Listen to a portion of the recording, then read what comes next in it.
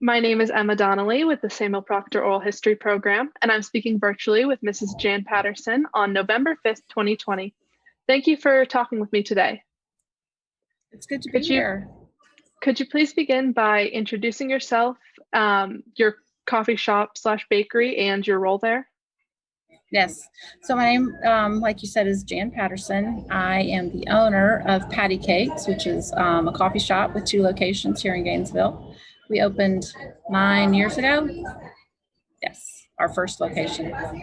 And 1 week ago, our second location. Wow, that's exciting. So recent. Mhm. So I'm starting off all these interviews with this sort of question on your personal experiences with coffee. So, and then we'll go into sort of the business and how it's been impacted by the pandemic and that sort of thing. So my first question is, what is your personal earliest memory of drinking coffee? When I was a little kid, my grandfather used to drink it. And I was fascinated because he would pour it in a saucer and then sip it out of a saucer and to cool it so he could drink. I don't know. Anyway, so I remember like tasting that and thinking it was disgusting. I was probably already a parent. Just like I hear this will help you wake up in the morning, so I started trying it as I like in my later 20s and yeah, just whatever Folgers or whatever from the grocery store, and then yeah, that was my earliest memories of it, and then it probably didn't become a habit until my 30s, and then and to be clear, I'm in my very late 50s, and then Starbucks happened, and I learned other things about like other drinks and espresso and things like that, and that's probably when I really started to form more of what we might call an addiction. So, how did you first get involved with the coffee and bakery business? What was sort of the inspiration behind Patticakes? Yeah, so my husband is a pastor, and our church meets in the Hale Village Center, which is where our first store is. And we just noticed that there wasn't really a place for people to sit and meet or study together or whatever. Like there's restaurants, but they're loud and you're supposed to leave after a certain amount of time and all that stuff. So we just really felt like the village needed a coffee shop. And our daughter had interned with a coffee company in Atlanta while she was in college. And we just learned that the coffee industry can be very corrupt, but it can also be very redemptive. So I just became fascinated with like the actual industry of coffee and how, the fact that it can do really good things for farmers and it can do really bad things to farmers. But so she was working with this company that was really helping some farmers in Rwanda post genocide to recover and really restore their economy through their wonderful natural resource of coffee beans, coffee cherries. They start out as cherries, but anyway, and that just, I don't know, we were really sort of struck by that. And then cupcakes became a big trend in the, in the early 2000s with Sex and the City, the Magnolia in New York anyway. And that took off, and the cupcake baking show that I've just blanked on the name of. But anyway, so, we just got interested in the trend of cupcakes. And so we just felt like those two things would go together really well, along with a, comfortable, inviting place to hang out. So that's where we came up with our tagline, Coffee Cupcakes Community. We build community through deliciously prepared coffee, or expertly prepared coffee and delicious cupcakes. So, yeah, so when a building finally came open in the Village Center, which is also where we live, we're like, it's time, let's do this. So there you go. Could you please describe your role at Patticakes, like your sort of daily and weekly involvement? Mm-hmm. Well, in the last couple of months, I've been very involved getting our new store opened. And that includes hanging wallpaper and painting walls and the glamorous things. But normally I operate in a managerial role. I'm available to jump in and help. I know how to do all of the jobs that need to be done. The only thing I'm not good at is icing the cupcakes. I can bake them, and I can bake all the things that we serve. I can make all the drinks that we serve, but my cupcakes don't look pretty. So they taste great, but they don't look pretty. So I'll leave that to someone else. But so depending on, how our staffing is going, I may be the barista for the day, or I may be the cashier for the day, or I may be on my computer answering all the emails and making a schedule and paying bills and, ordering inventory and stuff like that. So it's a lot of things. It's everything needs to be done. I have my hand in it a little bit. Mostly sort of managerial, but definitely behind the counter, alongside the staff a lot of days. Would you describe Patticakes before the coronavirus pandemic? Like, what was the environment like? How did people buy their coffee and baked goods? Where did they enjoy it? What sort of things do they do in the shop? Yeah, so our shop in the Hill Village Center had, before the coronavirus, we had a big soft comfy couch and several soft comfy chairs, along with traditional tables with chairs and where people can study and stuff. But so the couch was often just packed with people, groups of kids after school, or mom groups would come in and hang out with their kids in their strollers. And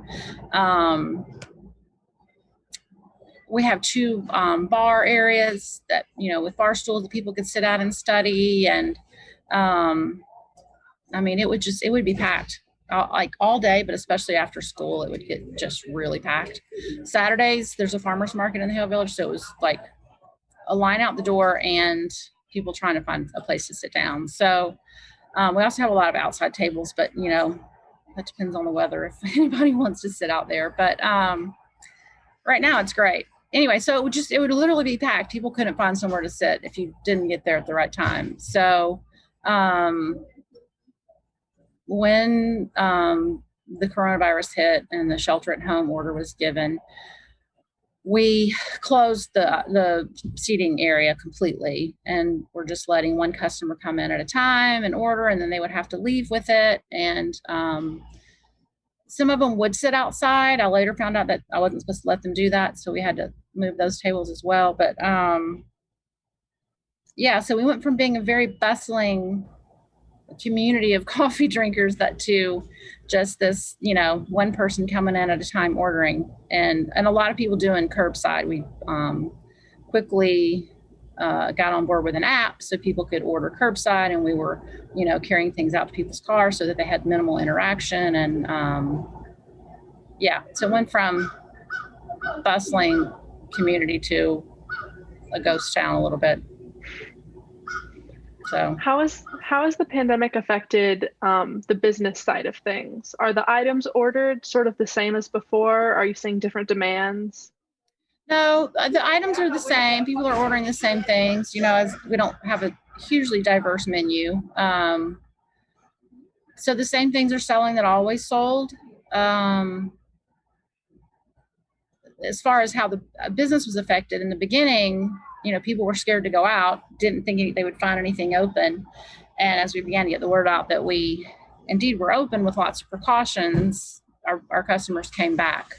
And were very faithful and very generous with their tips and with their sharing on social media and whatnot. So we have just the most incredible base of customers. And so we slowly built back up to where we were. We took a huge dip in revenue, of course, but then we built back up. But the downside of that was we were operating with more staff, because now that we have this app, and we had to have someone available to run out to cars, and we were constantly sanitizing. And we didn't know in the beginning exactly how it was transmitted, so we were just taking every precaution that we knew to take. So we were constantly sanitizing. Every time someone used the bathroom, we went right in behind them and sanitized the bathroom. And so you just have to have more staff to do that. So our revenue sort of evened out, but our expenses were high. Also, because we're using all disposable items, no cups, no ceramic cups to stay, or plates to, put your muffin on. The expense of those items went really high. So, and then, purchasing masks and, anyway, so the expense side went really high.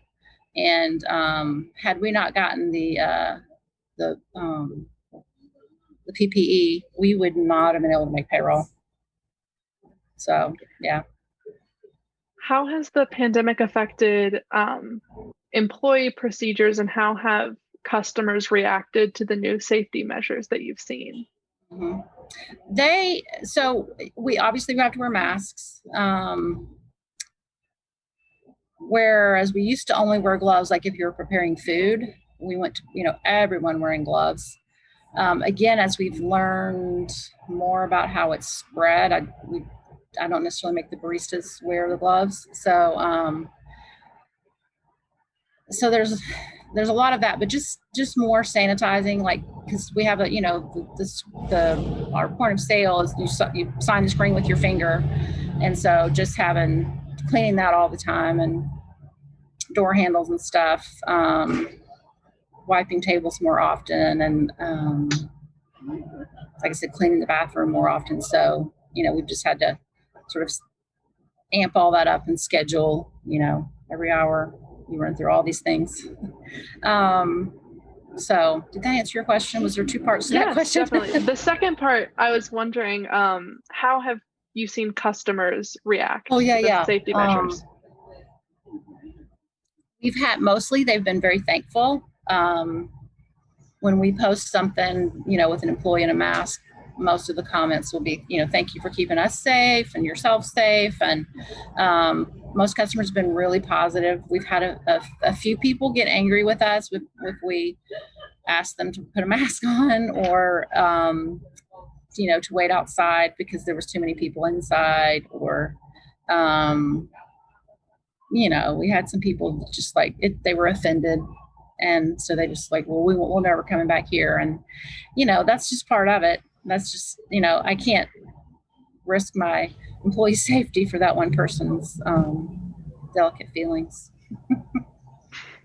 So, yeah. So I'm also interested in knowing, what's it been like opening a new location in the midst of the pandemic? Right.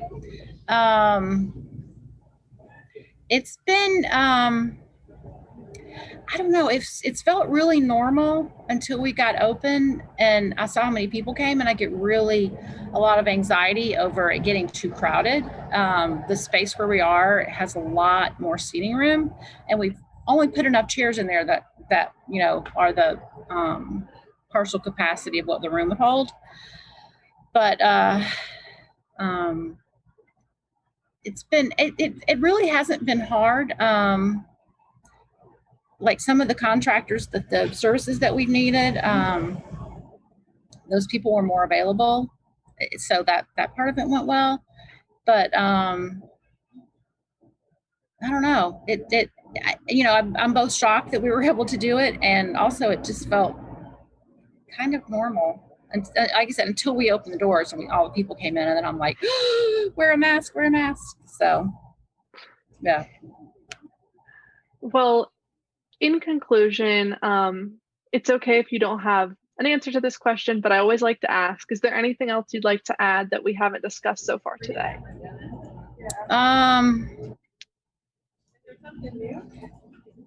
I just, this community, this town, it's been so supportive of local business, and that it's just really been touching how people have rallied around us, and other small businesses. Like, I'm surrounded by them in the Village Center and now in Town of Tioga, how people have just really tried to support them. And I mean, and I'm nothing against franchises. Like, those people that work there are local, so that's great too. But when you don't have the backing of a large corporation, it takes a lot to keep your doors open and keep your employees paid. So the way that this community has supported not just our local business, but other local businesses has been really touching. And really the difference in making it and not making it. Well, thank you so much for taking the time to talk with me today. Your You're stories will welcome. make an excellent contribution. Good. Thank you. It's good to talk to you. All right, you too. Have a great rest of your day. You too. Bye-bye. Bye-bye.